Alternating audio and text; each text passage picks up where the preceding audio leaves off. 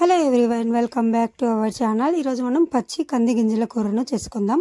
ముందుగా కుక్కర్ పెట్టి ఆయిల్ వేసి ఆవాలు, జీలకర్ర, కరివేపాకు అవి చిట్లాక సన్నగా తరుక్కున్నటువంటి ఆనియన్స్ని కూడా యాడ్ చేసి, అలాగే 2 టమోటాలను కూడా సన్నగా తరుక్కున్నటువంటివి యాడ్ చేసి కొంచెం సాల్ట్ వేసుకుందామండి. సాల్ట్ వేసుకుంటే కొంచెం తొందరగా మగ్గుతాయి.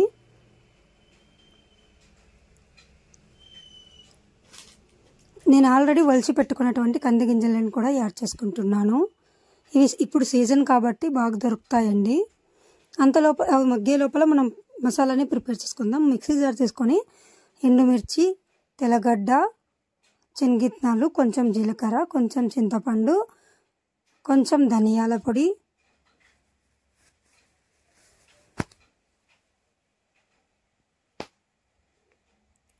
కొంచెం కొబ్బరిని కూడా యాడ్ చేసి మిక్సీ పట్టేసుకుందాం. చూడండి, ఇప్పుడు కొంచెం పసుపు వేసుకొని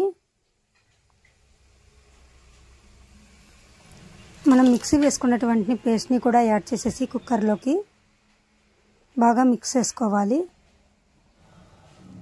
అలాగే కొంచెం కొత్తిమీరను కూడా యాడ్ చేస్తున్నాను.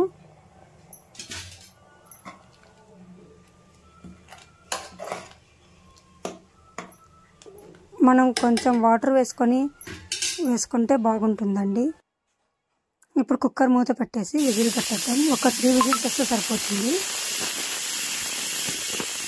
విజిల్ కూడా వచ్చేసిందండి. చూద్దాము ఒకసారి ఎలా వస్తుందో.